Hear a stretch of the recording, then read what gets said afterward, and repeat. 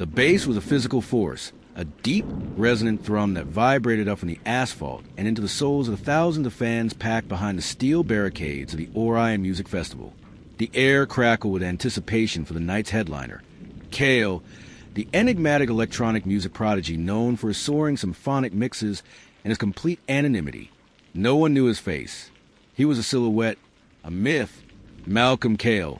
Thorne stood at the back of the VIP entrance line, a duffel bag slung over his shoulder containing his custom MIDI controller and his signature, featureless black mask. After a year of touring, this hometown show was his grand finale. He'd arrived early, wanted to feel the crowd's energy, to walk the grounds incognito one last time before his metamorphosis. He wore a simple gray hoodie and jeans, his locks tucked under a beanie. He looked like any other fan. He felt like any other fan. The pre-show nerves a familiar flutter in his chest. He approached the VIP security checkpoint. A burly guard named Dan with a neck thicker than his head, and a face set in a permanent scowl. Dan's eyes, small and suspicious, scanned Malcolm head to toe. "Ticket," Dan grunted, holding out a hand. Malcolm reached into his pocket, but his all-access artist pass wasn't there. He'd left it in the duffel bag. "One SEC, man, it's in my bag," he said, starting to unzip it. Dan's hand shot out, clamping down on the bag.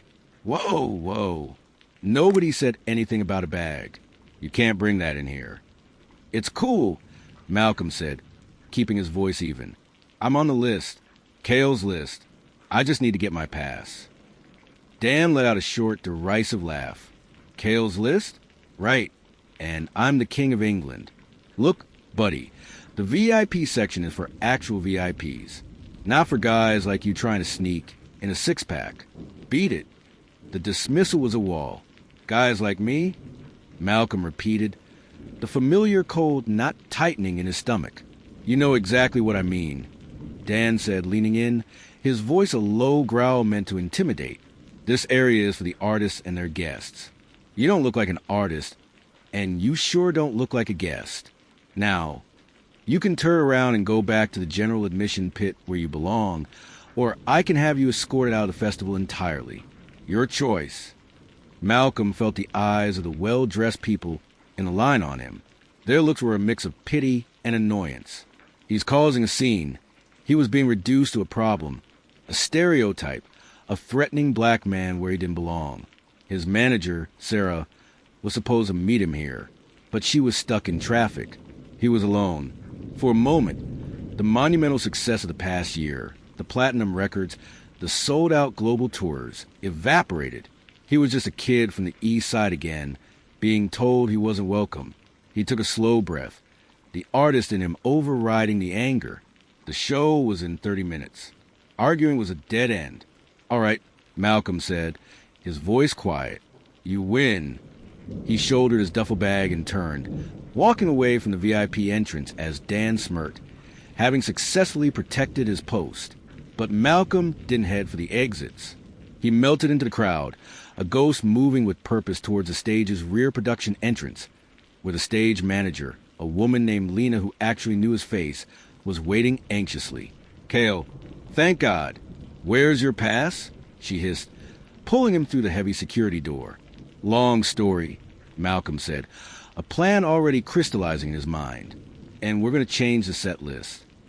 From the side of the stage, Malcolm watched the crowd, a sea of 40,000 faces glowing with phone lights, pulsing with energy. He saw Dan, the security guard, now positioned at the front of the VIP barricade, arms crossed, looking bored and self-important. Malcolm slipped his featureless black mask over his face. The transformation was complete. He was no longer Malcolm Thorne, the man denied entry. He was Kael, the phenomenon. The stage lights died. The crowd roared, a single, thunderous entity. A single, haunting piano note echoed through the massive speakers. It was the intro to his hit, Echoes in the Static. But slowed down, stripped bare, he walked to the center of the dark stage, a solitary figure illuminated by a single, stark spotlight. He stood at the microphone, not at his deck. The crowd fell into a confused, anticipatory hush. This wasn't how a Kael show started. He began to speak. His voice, filtered slightly through the mask's modulator, was calm and clear, carrying across the entire field. "I almost didn't make it here tonight," he said. A murmur rippled through the crowd. "About 30 minutes ago, I tried to walk in through the VIP gate. I had my gear. I was ready to play for you." He paused, letting the silence build. But the security guard there, he took one look at me and saw a problem. He saw a guy trying to sneak in. He saw someone who didn't belong. He could see Dan's figure at the barricade stiffen. The guard's head tilted, confusion dawning. He told me I didn't look like an artist. He told me I didn't look like a guest. Kael's voice gained a sharp, emotional edge.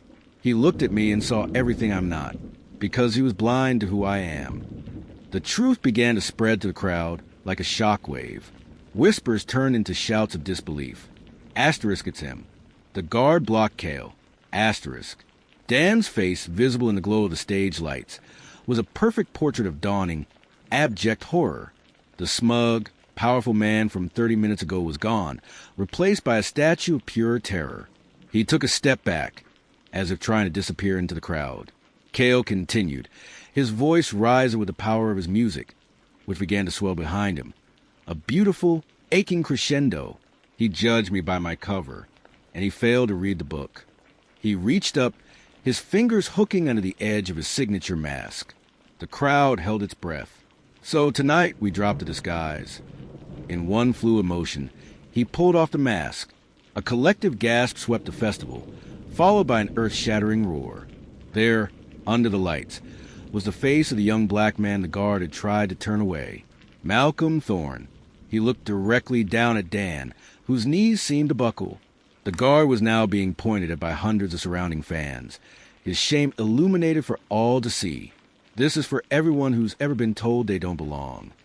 Malcolm shouted, his voice raw and powerful. For everyone who's ever been judged, profiled, or turned away, this is our space. This is our stage. He turned, ran to his deck, and dropped the beat. The festival exploded. It wasn't just a concert anymore. It was a catharsis, a celebration, a rebellion. The energy was unlike anything he had ever felt. He played with a fury and a joy that fused into something transcendent. Backstage, his manager Sarah watched, her hand over her mouth, tears in her eyes. "My God," she whispered. "He just changed everything." As the final resonant chorus set faded into the night, the applause was deafening, a sustained wave of sound that felt like it would never end. Malcolm stood, drenched in sweat, bowing to his hometown crowd. But as he walked off stage, the high of the performance began to fade, replaced by the cold reality of what had just happened. He had publicly destroyed a man. The video was already everywhere. Hashtag Kael Unmasked and hashtag Racist Security Guard were trending globally. The festival organizers were waiting for him, their faces a mixture of awe and panic. "Malcolm, Kael, that was historic," one of them stammered. "But the guard, Dan, has been fired. The security company is issuing a statement. But his union is already getting involved. They're claiming you incited a mob against him. They're talking about a lawsuit for defamation and creating a hostile work environment." Malcolm's triumph suddenly felt fragile. The system was already fighting back, twisting his story of empowerment into one of victimization for the man who had wronged him. The backlash was swift and cynical. The security guards union held a press conference, portraying Dan as a dedicated employee following protocol, who was now facing death threats because a sensitive artist had made him a public villain. Conservative media outlets decried cancel culture and mob justice. Malcolm felt the weight of it all. He had spoken his truth, but the machine of privilege and power was trying to grind that truth into dust. His manager, Sarah, wanted him to lay low. "Let it blow over, Malcolm. You made your point. You don't need this fight." But Malcolm thought of the thousands of messages he'd received from fans sharing their own stories of being profiled. He thought of Dan's face, not in its moment of shame, but in its moment of arrogant power. "This isn't about me needing it, Sarah," he said. "It's about them needing it." He pointed to his phone, overflowing with stories from his fans. "If I back down now, what does that say? That you can speak up, but only if you're prepared to be sued into silence." He made a decision. He scheduled his own press conference, not at a studio, but on the steps of the city's Performing Arts Center. The media turnout was massive. Malcolm stood at the microphone, no mask, no stage lights, just a man in a jacket and jeans. "They're suing me for telling the truth," he began, his voice calm and measured. "They claim I defamed a man by revealing his own actions. They say I created a hostile work environment for him. But what about the hostile environment he created for me? What about the hostile environment millions of people of color face every single day when they're followed in stores, stopped by police, or denied entry for no reason other than the color of their skin?" He wasn't performing. He was testifying. "I'm not going to fight this lawsuit in the media, and I'm not going to fight it in a courtroom." He paused, letting his words hang in the air. "I'm dropping my countersuit for discrimination. Instead, I'm taking the legal fees I would have spent, and I'm founding the Beyond the Barricade initiative." He outlined his vision, a nonprofit that will provide grants to young, underrepresented artists of color for music production equipment and lessons. But more than that, it would partner with major venues and festivals to implement mandatory, certified anti-bias training for all front-facing staff, security, ticket takers, vendors. "We can't just tear down the barricades," he said. "We have to change the minds of the people standing behind them. This isn't about punishing one man. It's about healing a system." The announcement changed the narrative overnight.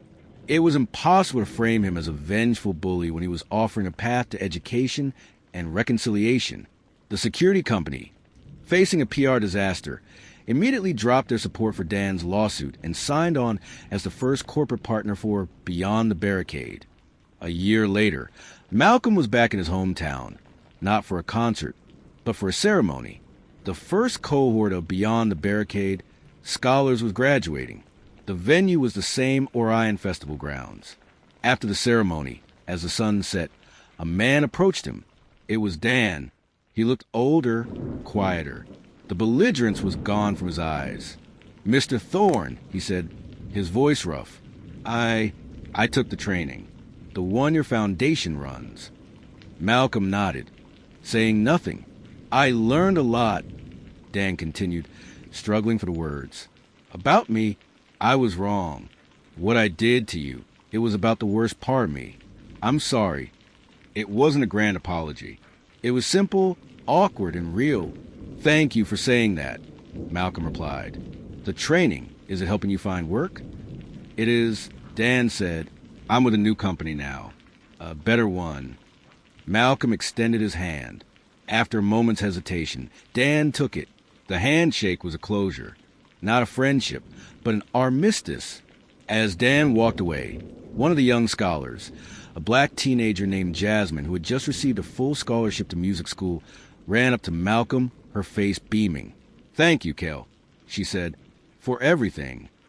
Malcolm looked at her, at the future she represented, and then out at the empty field where he had once been turned away.